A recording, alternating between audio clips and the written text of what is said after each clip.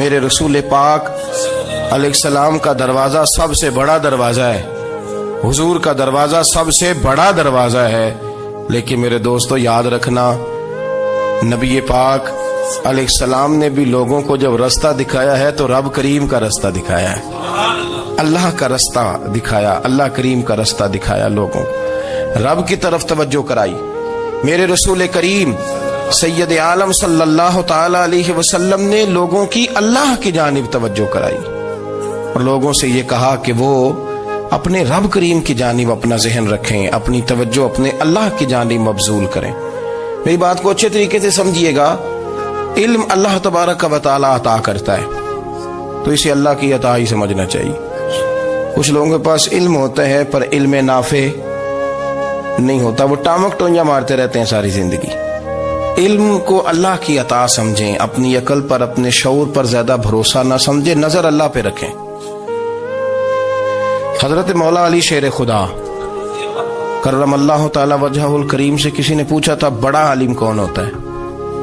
ہمارے ہاں تو اب وہ والے عالم پائے جاتے ہیں نا، اللہ ماشاءاللہ، جو ممبر پہ بیٹھتے ہیں تو دعوے ہی دعوے ہیں، ممبر پہ بیٹھتے ہیں تو دعوے ہی دعوے ہیں، اس طرح کے عالم ہمارے ہاں پائے جاتے ہیں۔ وہ ہر بات میں دعویٰ کرتے ہیں، میں یہ کر دوں گا، میں وہ کر دوں گا۔ یہ مزاج علماء کا نہیں۔ حضرت علی المرتضیٰ سے کسی نے پوچھا بڑا عالم کون ہوتا ہے؟ فرمایا بڑا عالم وہ ہوتا ہے کہ جسے مسئلے کا پتہ نہ ہو تو وہ کہہ دے مجھے نہیں پتا، میں پتہ کر کے بتاؤں گا، غلط بات بیان نہ کرے۔ امام مالک سے کسی نے کوئی مسئلہ پوچھا تو آپ فرمانے لگے مجھے اس سوال کا جواب نہیں آتا، ہمارے بزرگ سمجھاتے کیا ہے؟ وہ کہنے لگا آپ اتنے بڑے امام ہیں تو اس سوال کا جواب نہیں آتا۔ آپ فرمانے لگے اگر مجھے ہر سوال کا جواب آتا پھر تو میں خدا ہوتا، مجھے ہر سوال کا جواب نہیں آتا، مجھے تو اتنا آتا ہے جتنا میرے رب نے مجھے عطا کر دیا ہے۔ اپنی نظر اللہ پہ رکھیں، نکل آئیں اس معمے سے باہر کہ میں کوئی بلا ہوں، مجھے بڑا پتا ہے، میرے پاس 6 ڈگریاں ہیں، مجھے 10 جگہ پہ تدریس کا شغف حاصل ہے، اس سے نکلیں باہر۔ قرآن مجید دیکھیے گا، اللہ تعالیٰ نے ارادہ قدرت فرمایا کہ میں حضرت آدم کو بناؤں گا، پھر بنانے کے بعد فرمایا فرشتوں سجدہ کرو آدم کو، سب نے سجدہ کیا الا ابلیس ابا واستکبر وکان من الکافرین، سب نے سجدہ کیا سوائے ابلیس کے، اس نے انکار بھی کیا، تکبر بھی کیا اور کافروں میں سے ہو گیا۔ تو یہ جب اللہ تعالیٰ نے سجدہ کرایا تو کیسے کرایا؟ اللہ تبارک و تعالیٰ نے نا حضرت آدم کو علم سکھایا خود، وعلم آدم الاسماء کلہا، خود اللہ فرماتے ہیں کہ میں نے جناب آدم علیہ السلام کو تمام اشیاء کے نام سکھائے، سب اشیاء کے نام سکھائے۔ تو وہ چیزیں پھر میں نے نا، اللہ فرماتے ہیں میں نے فرشتوں پہ پیش کی، میں نے کہا کہ بتاؤ ان کے نام کیا ہے، تو فرشتوں نے جو جواب دیا وہ سمجھنے والا ہے۔ اللہ نے چونکہ خود علم سکھایا تھا حضرت آدم کو، جناب آدم سکھایا تھا، لیکن فرشتوں کو نہیں سکھایا تھا۔ تو اللہ کریم نے فرمایا فرشتوں اب یہ بتاؤ ان چیزوں کے نام کیا ہیں؟ تو فرشتے کیا کہتے ہیں؟ فرشتے عرض کرتے ہیں قالوا سبحانک لا علم لنا۔ آپ کبھی یقین کریں اس چیز کی لذت لیں تو مزہ آ جائے۔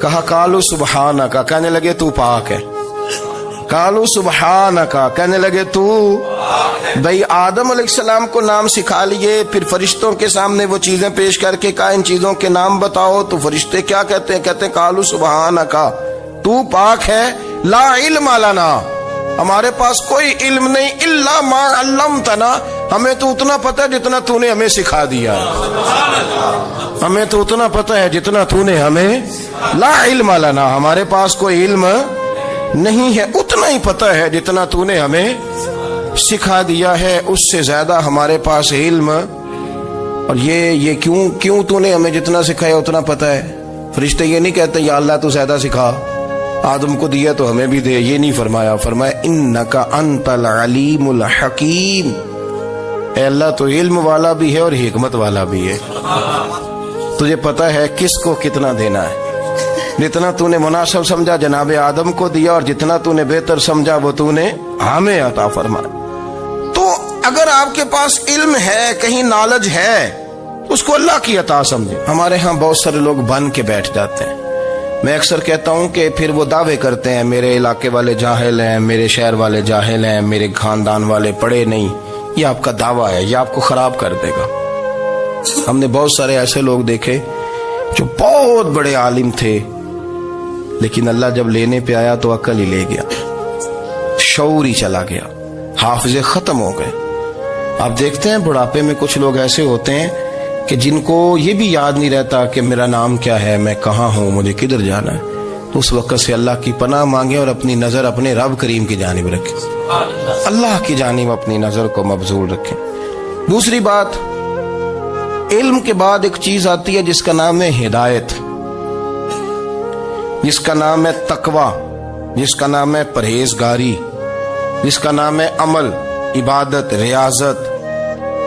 یہ بھی اسی وقت ہی نصیب ہوتی ہے جب میرا رب کریم نصیب فرما دیتا ہے۔ ہم نے نا نیکی کا اپنا اپنا سٹیٹس بنا لیا ہے، اپنا اپنا معیار بنا لیا ہے۔ کچھ لوگ کہتے ہیں کہ جناب مسجد میں سیمٹ کا توڑا دینے سے بہتر ہے کسی غریب کو آٹے کا تھیلا دے دو۔ اب اس نے اپنا مزاج بنا لیا نا نیکی کا، اس نے اپنا سٹیٹس بنا لیا۔ میرا یہ سوال ہے کہ نبی پاک صلی اللہ تعالی علیہ وسلم جب مدینہ شریف آئے تھے تو حضور نے سب سے پہلے غریبوں میں آٹا تقسیم کیا تھا کہ سب سے پہلے مسجد بنائی تھی؟ کیا عجیب لوگوں کا رنگ ہے، اپنی مرضی کی ہدایت، اپنی مرضی کا تقوی، اپنی مرضی کا معیار۔ مسجد کوئی بڑا چھوٹا خطیب بھی میری طرح کا ہو نا، تو وہ مسجد میں بیٹھ کے جب نبی پاک کی بات کرتا ہے تو کہتا ہے میرے رسول پاک غریبوں کا سہارا بن کے آئے۔ وہ غریبوں کی بات کرتا ہے، مسکینوں کی، لاچاروں کی، کمزوروں کی بات۔ تو مسجد ہی تو وہ ادارہ ہے جہاں سے غریبوں کی بات ہو رہی۔ تو اب لوگوں نے غریب کو اور مسجد کو لڑانا شروع کر دیا، اس کو لڑاؤ کہ مسجد میں پیسے دینے سے بہتر ہے آپ غریب کو آٹے کا تھیلا دے دیں۔ آپ یہ کیوں نہیں کہتے کہ مسجد میں بھی آپ توڑا دیں ایک سیمٹ کا اور ساتھ غریب کو بھی خدمت کریں؟ یہ کیوں نہیں تقویٰ؟ اپنی اپنی مرضی کا مزاج، اپنی اپنی۔ کچھ لوگ کہتے ہیں چھوڑو جی، ساری زندگی انسان نماز پڑھتا رہے اور پھر گالیاں بھی دیتا رہے، بندہ داڑھی بھی رکھ لے اور جھوٹ بولنا بھی نہ چھوڑے۔ تو یہ آپ نے اپنے پاس سے تقوی کا معیار بنایا۔ گالی دینے کا گناہ ہے اور داڑھی رکھنے کا ثواب ہے۔ تو اگر آپ داڑھی رکھے ہوئے ہیں اور آپ کوئی غلطی کر رہے ہیں تو اس سے آپ کی داڑھی کا ثواب ختم، اللہ کرے آپ کو سمجھ آئے میری بات۔ آپ کوئی غلطی کر رہے ہیں، داڑھی کا ثواب اس سے ختم، وہ اپنی جگہ پہ قائم ہے چیز۔ اپنی مرضی کا کیوں تقوی کا معیار بناتے ہیں؟ تقوی کا مزاج اپنی مرضی کا نہ بناؤ۔ اللہ کی بارگاہ سے دعا مانگو کہ یا اللہ ہمیں ہدایت کا نور عطا فرما، اللہ تو ہمیں رستہ دکھا، تو بتا کہ ہدایت کیا ہے۔ تو رب فرماتا ہے اللہ ولی الذین آمنوا، اللہ مومنوں کا مددگار ہے، یخرجہم من الظلمات الی النور، وہ انہیں اندھیروں سے نکالتا ہے اور نور کی طرف روشنی عطا فرماتا ہے۔ اندھیروں سے نور کی طرف اللہ لاتا ہے۔ اللہ ولی، اللہ مومنوں کا ولی ہے، وہ انہیں اندھیروں سے نور کی طرف نکالتا ہے۔ ہدایت ہمیشہ اللہ کی طرف سے سمجھے۔ جب وہ نماز کی توفیق دیتا ہے تو اپنے فضل سے دیتا ہے، جب وہ ذکر کی توفیق دیتا ہے تو اپنے فضل سے۔ ہم سمجھتے ہو جی فلانا نہیں پڑھ رہا بڑا بیوقوف ہے، فلانا نہیں پڑھ رہا، تو تم کیا اپنی عقل کے طور پہ پڑھ رہا ہے؟ میں جی اللہ کے فضل سے 2 سپارے پڑھتا ہوں، تو کس پہ احسان کرتے تو 2 سپارے پڑھ کے رویا کر کہ اگر مالک تو بڑا قریب نہیں۔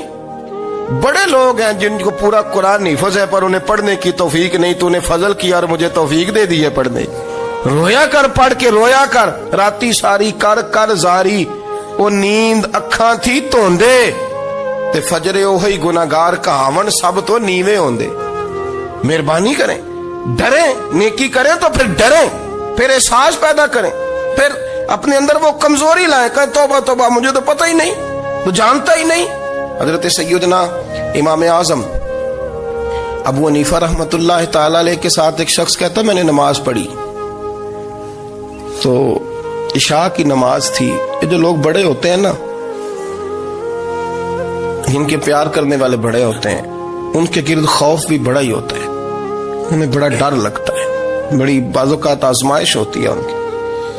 عشاء کی نماز کہتے پڑھی تو امام صاحب نے نا عشاء کی نماز میں تلاوت کی آیتیں فَمَن يَعْمَلْ مِثْقَالَ ذَرَّةٍ خَيْرًا يَرَهُ وَمَن يَعْمَلْ مِثْقَالَ ذَرَّةٍ شَرًّا يَرَهُ، فرمایا جو ذرہ برابر خیر کرے گا وہ بھی قیامت میں دیکھے گا، اور جو ذرہ برابر شر کرے گا وہ بھی قیامت میں اس شر کو دیکھے گا اس کے سامنے آئے گا. تو وہ شخص کہتا ہے کہ سارے لوگ نماز پڑھ کے چلے گئے تو امام صاحب رحمت اللہ علیہ نے اپنی داڑھی پکڑی رو رہے ہیں. کہتے ہیں وہ ذرہ برابر نیکی کا بدلہ دینے والے، وہ ذرہ برابر شر پہ سزا دینے والے میری سفید داڑھی کو دیکھ. مالک میرے ذرے ذرے سامنے نہ لانا، لوگ تو میری بڑی قدر کرتے ہیں دنیا، میں تو بڑا پہچانا جاتا ہوں، لوگ تو میری راہوں میں پھول لیے کھڑے ہوتے ہیں، مجھے بڑا نوازتے ہیں. قیامت میں رسوا نہ کر دینا، میرے لیے مشکل ہو جائے گی.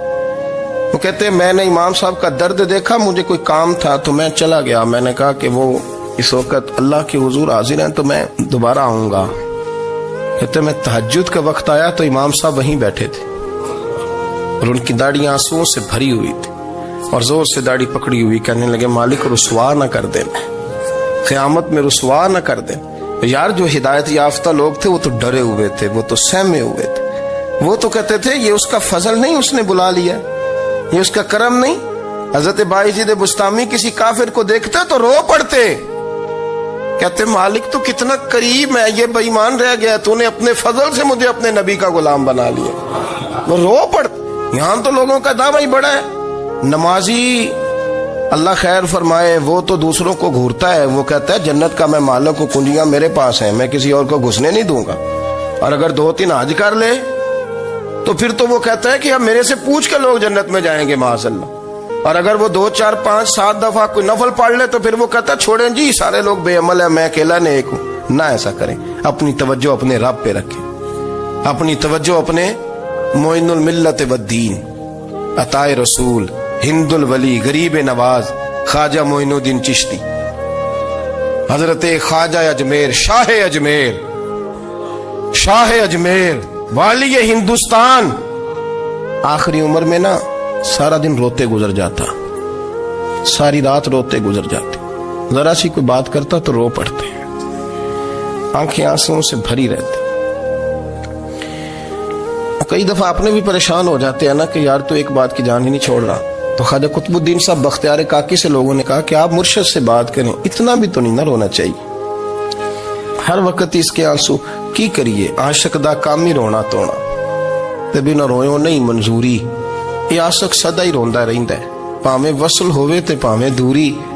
ہر وقت رونے کا کیا مطلب ہے؟ تو خواجہ قطب صاحب کہتے ہیں میں قریب گیا تو میں نے پیر دبائے، میں نے کہا سونیا لوگ تو کچھ بھی نہیں کرتے، تو نے تو کمال کر دیا. 90 لاکھ آدمی مسلمان کر دیا، دنیا کچھ نہیں کرتی. تو نے 50 سال ساری رات مصلے پہ بیٹھ کے رب راضی کیا. تو شہزادہ تھا، حضور کی اولاد تھا، لیکن معین الدین تیرا ایک پلاٹ بھی نہیں. تو نے طالب علم پالے، انہیں غریبوں کو دیا، انہیں نوازا، کوئی شے نہیں تیرے پاس، ہر چیز تو نے. ساری رات روتے ہو، سارا دن روتے ہو. تو خواجہ قطب الدین صاحب کہتے ہیں میں نے جب عرض کیا تو خواجہ صاحب مجھے گلے لگا لی، چیخ مار کے روئے.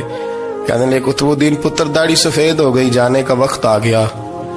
جو تو نے نیکیاں گنوائی ہیں وہ ہیں صحیح میرے پاس، پر یار کی بارگاہ میں پیش کرنے کے قابل ایک بھی نہیں، ایک بھی نہیں. تو بارگاہ تو دیکھ کتنی بڑی ہے، رسول کریم کی بارگاہ میں پیش کرنے کے قابل ان میں سے ایک بھی نہیں. تو آستانہ دیکھ کتنا بڑا ہے، کیا پیش کروں گا، کیا عرض کروں گا حضور کی بارگاہ میں، کس طرح. وہ یار جو بڑے تھے وہ تو ڈرے ہوئے تھے، سہمے ہوئے تھے، وہ تو بڑی آزمائش میں تھے. لیکن میرا اور آپ کا رٹا 2 نمازیں پڑھ کے 6 نمازوں کا دعویٰ کرنا اور لمبی چوڑی کہانیاں بنانا اور اپنے منہ سے اپنی تعریفیں کرنا، اس سے تھوڑا باہر آئیں. رزق بھی میرا اللہ ہی دیتا ہے، علم بھی اللہ دیتا ہے، رزق بھی. بڑے بڑے فقیروں کو مالدار ہوتے دیکھا، بڑے بڑے مالداروں کو فقیر ہوتے دیکھا. بڑے بڑے، میرے ایک بڑا سخی قسم کا سجن ہے، بڑا پیارا ہے، میں اسے سخی مانتا ہوں. میں نے اپنی پریشانیوں کے دنوں میں بھی اس شخص کو سخی دیکھا. ایک دن رات کو مجھے ٹیلی فون کر کے کہنے لگا کدھر ہو؟ میں نے کہا میں گھر ہوں. نہیں اکثر سفر میں ہوتے ہو نا؟ میں نے کہا طبیعت کیسی ہے؟ ٹھیک ہے، بس حال چال پوچھنا تھا. میں نے سمجھائی، میں نے کہا یار یہ کوئی مسئلہ ہے، ورنہ رات کے 2 بجے کوئی حال پوچھنے کو فون تو نہیں نہ کرتا، کوئی مطلب ایسا تو مسئلہ نہیں نا. تو میں نے بیک کال کی, میں نے کہا یار میری بات سن, مسئلہ کیا؟ کہ نہیں کچھ نہیں دل کر رہا تھا. میں نے کہا میری گل سن, رہے ہیں اسی 4-5 سال کٹھے, میں تین جاننا, اصل بات کر. کہنے لگا مکان بھی بڑا ہے, سارا کچھ ٹھیک ہے, پر وہ بڑا ہی بے نیاز ہے. کچھ حالات اس قسم کے آ گئے ہیں کہ لوگوں کو بتاؤں بھی تو لوگ ماننے کو تیار نہیں. زیادہ نہیں, مجھے نا تھوڑے سے پیسوں کی ضرورت ہے, کوئی 15-20 ہزار اگر مل جائیں, میری ضرورت. آپ یقین کریں میں روتا رہا ساری رات. میں نے کہا مہربانہ تیرا کس طرح کریں گے, اس سے لے کے زمانہ استعمال کرتا تھا, پر بے پرواہی ویخ نہ سجڑ دی, جتھے کسے دی پیش نہ جاوے انہیں تاجاں والے در در رولے تے منگتیاں تخت بٹھاوے. سجنا کسے نو کارا مل دئی, کوئی کعبے خالی آوے. واللہ خیر الرازقین, وہ کہتے تو دائیں بائیں نہ جا, رزق تو تجھے میں دوں گا, میں ہوں بہتر رزق دینے والا. بڑے بڑے بادشاہ, بڑے بڑے شہنشاہ, بڑے بڑے لوگ, ہاتھوں میں کاسے, فقیریاں. ام ربیعہ کہا کرتی تھیں, بڑی نیک اور صالح خاتون تھیں. وہ کہتی ہیں کہ میں نا بڑے امیر آدمی کی بیوی تھی, اپنے شوہر کے ساتھ چھت پہ بیٹھی تھی تو نیچے فقیر مانگنے والا آیا. اس نے بڑے درد سے صدا کی تو میں نے اپنے شوہر سے کہا کچھ دینے کا, دفع کر, ان لوگوں نے دھندا بنایا ہوا ہے. کہتی میں میکے سے بھی بڑا مال لے کے آئی تھی, میرے ماں باپ بڑے امیر تھے, تو میں نے نا چوری اپنے خامہ سے نظر بچا کے باتھ روم جانے کے بہانے گئی اور نیچے جا کے 5 دینار میں نے اس فقیر کی ہتھیلی پہ رکھے. کہتے اس نے 5 دینار دیکھے, پھر میری طرف دیکھا تو میں نے اس کی آنکھوں میں آنسو چمکتے دیکھے. کہنے لگے بی بی رب تیرا بھلا کرے, میں 3 دنوں کا بھوکا ہوں. کہ وہ چلا گیا. میں گھر آ گئی, باہر آئی تو میرا شوہر کہنے لگا تو اتنی اب اتنی تو تیز ہو گئی ہے اور تو اتنی خود مختار ہو گئی ہے, میرے بغیر پوچھے مال خرچ کرے گی, جا تجھے 3 طلاقیں. کہتی میں بالدار اور وزادار باپ کی بیٹی تھی, طلاق لے کے گھر آئی تو میرا باپ ٹوٹ گیا, چارپائی پہ چلا گیا. اوہو یہ کیا بن گیا. کہتی بڑی تکلیف رہی. 1-2 سال کے بعد میرے ابا نے میری شادی کر دی. اب جس شوہر کے پاس گئی وہ بڑا نیک تھا, پرہیزگار تھا, اللہ نے بہترین صلہ دیا.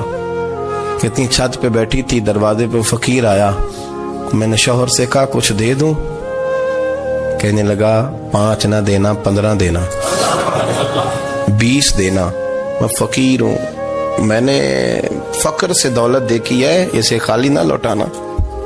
کہتی ہے کہ میں نیچے گئی اور جب میں نے اس کی طرف دینار بڑھائے تو میری چیخ نکلی, پیسے پھینک کے میں بے ہوش ہو کے گری. میرا شوہر نے آ کے اٹھایا, اندر لے گیا, پانی منہ پہ چھڑکا. کہنے لگا تجھے کیا ہوا؟ کہنے لگی یہ جو مانگنے آیا یہ میرا پہلا شوہر تھا, وہی تھا جو کہتا تھا کہ تو 5 دینار دے آئیے, جا تجھے 3 طلاقیں. پڑھو نا حدیث پاک. میرے نبی پاک علیہ السلام نے فرمایا ایک بندہ گنجا تھا. گنجا کوئی ترتیب آگے پیچھے ہو جائے تو مفہوم کے لحاظ سے, لیکن میں مفہوم اس کا واضح کرتا ہوں. ایک گنجا تھا, کوئی شے نہیں تھی, سر پہ بال بھی نہیں تھے, رویا کرتا تھا. اللہ تعالیٰ نے فرشتے کو بھیجا, تجھے کیا چاہیے؟ تو کہنے لگا بال آ جائیں اور تھوڑا مال آ جائے. فرشتے نے ہاتھ پھیرا تو بال بھی آ گئے, تو بکریاں بھی آ گئیں, لائنیں لگ گئیں, مال ہی مال ہو گئے. دوسرے کے پاس گیا, وہ کوڑا تھا, اس کو جا کے کہا کیا چاہیے؟ کہنے لگا شفا ہو جائے اور کچھ اللہ تعالیٰ آسانی کر دے. شفا بھی ہو گئی, گائیں بھی دے دی, بھینسیں بھی دے دی, مال ہی مال ہو گئی. پھر ایک کے پاس گیا, وہ اندھا تھا, تجھے کیا چاہیے؟ اس نے کہا آنکھیں ملنے اور کچھ ساتھ اللہ مال دے دے. اونٹ ہی اونٹ ہو گئے. جب بڑا نواز دیا تو پھر مالک نے امتحان لینے کا ارادہ کیا. یاری تیری سونا ہے پر آزمائشاں بھی تیریاں اگ, آزمائشاں تیریاں, صحیح کہہ رہا ہوں, آزمائشاں تیریاں, یاری تیری سونا ہے پر آزمائشاں تیریاں. یہ سونا پرکھیا جامدائی, پہلو نال لگاں دے لگ.